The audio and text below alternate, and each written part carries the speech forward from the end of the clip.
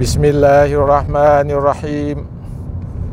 Assalamualaikum warahmatullahi wabarakatuh. Alhamdulillahi rabbil alamin. Wassalatu wassalamu ala ashrafil anbiya'i wal mursalin, Sayyidina wa maulana Muhammadin wa ala alihi wa sahbihi ajmain, amma ba'd. Para pencinta kalimat hikmah Ibnu Athaillah yang dirahmati Allah Subhanahu wa ta'ala, pertama-tama syukur alhamdulillah kita panjatkan kehadirat Allah Subhanahu wa ta'ala atas segala rahmat dan karunia yang dianugerahkannya kepada kita, sehingga kita senantiasa dalam keadaan sehat walafiat. Para pencinta kalimat hikmah yang dirahmati Allah Subhanahu wa ta'ala, pesan Ibnu Athaillah yang ingin saya sampaikan pada hari ini sebagai bahan renungan kita Kamis hari ini, tanggal 23 Juli 2020, sekaligus sebagai santapan rohani untuk malam kita pada malam ini. Temanya adalah salat, tempat munajat dan melepas kerinduan dengan Tuhan. Dalam bahasa Arabnya, Ibnu Athaillah berkata, as-salatu mahallul munajat wa ma'dinul musafat, tattasi'u fiha mayadinul asrar wa tusyriku fiha syawarikul anwar. Saya ulangi, as-salatu mahallul munajat wa ma'dinul musafat, tattasi'u fiha mayadinul asrar wa tusyriku fiha syawarikul anwar. Artinya apa? Salat adalah tempat munajat dan kerinduan. Di dalamnya ruang rahasia terbuka luas atau ruang rahasia meluas, dan di dalamnya pula cahaya-cahaya yang bersinar-sinar memancar. Para pencinta kalimat hikmah yang dirahmati Allah Subhanahu wa ta'ala, kata kunci dari kalimat hikmah Ibnu Athaillah itu adalah salat, munajat, kerinduan, ruang rahasia yang meluas, cahaya yang bersinar yang memancar. Para pencinta kalimat hikmah yang dirahmati Allah Subhanahu wa ta'ala, salat adalah media untuk berdialog dengan Tuhan. Paling tidak dalam sehari kita melakukan dialog dengan Tuhan sebanyak 5 kali, yaitu pada waktu subuh, pada waktu zuhur, pada waktu asar, pada waktu maghrib, dan pada waktu isya. Kalau kita melakukan sholat-sholat sunat yang lain lagi, seperti rawatib, sholat sunat duha, sholat malam, maka sekian banyak pula kita berdialog dengan Tuhan. Bertambah banyak kita melakukan sholat, maka bertambah banyak pula kita berdialog dengan Tuhan. Coba kita perhatikan ketika kita sholat, kita mesti membaca surah Al-Fatihah. Salah satu ayat dari surah Al-Fatihah itu berbunyi, Iyyaka na'budu wa iyyaka nasta'in. Artinya apa? Kepadamulah kami menyembah dan kepadamulah kami meminta pertolongan. Kalimat kepadamulah ini menunjukkan bahwa kita sedang berhadapan dengan Tuhan. Tuhan berada di hadapan kita, kita berada di hadapan Tuhan. Ini menunjukkan suatu bukti bahwa kita sedang berdialog dengan Tuhan. Para pencinta kalimat hikmah yang dirahmati Allah Subhanahu wa ta'ala, salat adalah wadah atau sarana untuk bermunajat dengan Tuhan. Bermunajat artinya menyatakan keintiman, keakraban dengan Tuhan, membisikkan rahasia-rahasia yang ada di antara keduanya. Di dalam salat, seorang hamba membisikkan kalimat-kalimat yang lembut, karena dia tahu bahwa bisikan-bisikan itu terjadi antara kekasih, antara yang pencinta dan yang dicintai.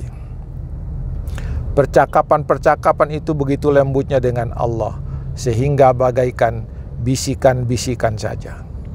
Ketika sholat kita hanya berhadapan dengan Allah. Pikiran kita, hati kita, dan seluruh jiwa dan raga kita sedang berhadapan dengan Allah Subhanahu wa ta'ala dan sedang berdialog dengan Allah Subhanahu wa ta'ala. Ketika munajat, kita sangat dekat dengan Allah dan Allah menampakkan dirinya dengan sifat-sifatnya yang indah kepada para hambanya yang dekat kepadanya. Itu adalah sebagai rahmatnya kepada hambanya dan kepada seluruh alam. Dengan munajat itu pula Allah memasukkan ke dalam diri seorang hamba ilmul hikmah, ilmul mukasyafah, ilmul laduni, dan rahasia-rahasia pengetahuan yang bersumber dari Allah Subhanahu wa ta'ala. Para pencinta kalimat hikmah yang dirahmati Allah Subhanahu wa ta'ala, salat adalah sarana pertemuan antara hamba dengan Allah. Salat adalah sarana pelepas rindu yang mendalam dari seorang hamba dengan Tuhannya. Tuhan tidak mungkin dapat dilihatnya dengan mata kepalanya sendiri. Tuhan tidak mungkin dapat dilihatnya dengan mata kepalanya sendiri karena ada hijab yang menghalanginya.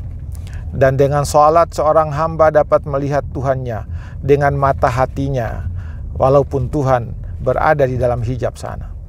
Karena itulah salat harus dilakukan dengan segenap jiwa raga dan mendatangi Allah secara lahir dan batin. Di dalam batin hamba tidak ada yang lain kecuali Allah.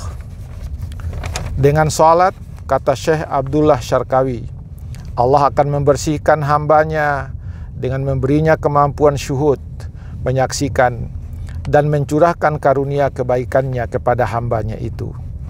Inilah pembersihan yang paling tinggi. Semakin bertambah dekat seorang hamba kepada Tuhannya, maka Tuhan pun semakin dekat kepada hamba itu. Para pencinta kalimat hikmah yang dirahmati Allah Subhanahu wa ta'ala, hati manusia yang melaksanakan sholat yang hanya kepada Allah curahannya, maka Allah melapangkan dan meluaskan ruang hatinya sehingga ruang hatinya bertambah luas. Kalau hati bertambah luas, maka banyak rahasia Allah yang mengisinya, karena Allah memberikan banyak rahasia ke dalam hatinya. Ini menunjukkan bahwa Allah tidak hanya membersihkan hati manusia dari kotoran dosanya, tetapi Allah meluaskan dan melapangkan hatinya untuk menerima rahasia-rahasia Allah yang boleh jadi hanya Allah memberikan kepada hamba itu. Tidak mengherankan kalau seorang yang sedang melaksanakan sholat dengan penuh khusyuk dan hanya konsentrasinya kepada Allah, senantiasa mendapatkan rahasia-rahasia Allah yang tidak diketahui oleh orang lain. Para pencinta kalimat hikmah yang dirahmati Allah Subhanahu wa ta'ala, di dalam sholat pula Allah memancarkan sinar yang terang benderang. Hati seseorang yang melaksanakan sholat akan disinari oleh Allah dengan sinar-sinar yang berasal darinya. Kalau sinar-sinar dari Allah sudah menerangi hati, maka apa yang tidak bisa dilihat oleh mata hati? Ketika Allah menyinari hati dengan sinar-sinar darinya, maka pada saat itulah hati akan menjadi lapang dan terbuka lebar untuk menerima berbagai ilmu, ma'rifat, dan nikmat yang tersembunyi. Para pencinta kalimat hikmah yang dirahmati Allah, bermunajat kepada Allah dalam salat menghasilkan banyak kebaikan, banyak kelebihan, banyak keistimewaan. Rahasia Allah akan terbuka karena hati menjadi lapang dan menjadi luas. Sinar hati yang kurang terang menjadi lebih terang karena banyak sinar-sinar atau nur dari Allah yang menyinarinya. Ilmu ma'rifat, ilmu hikmat. Rahasia-rahasia Allah hanya dapat menempati tempat-tempat yang suci, yang ada di nur ilahi di dalamnya. Hati orang-orang yang sholat adalah hati yang dapat menerima rahasia-rahasia itu. Para pendengar, para pencinta kalimat hikmah yang dirahmati Allah Subhanahu wa Ta'ala. Semoga pesan-pesan yang saya sampaikan ini menjadi santapan malam untuk rohani kita, santapan malam untuk jiwa kita, dan menjadi bahan renungan kita. Maka sholatlah dengan hati yang khusyuk, agar hati kita menjadi dekat kepada Allah dan mendapatkan sinar dan nur cahaya dari Allah Subhanahu wa Ta'ala. Sekian yang saya bisa sampaikan pada kesempatan ini. Semoga ada manfaatnya bagi kita sekalian. Sekian, wassalamualaikum warahmatullahi wabarakatuh.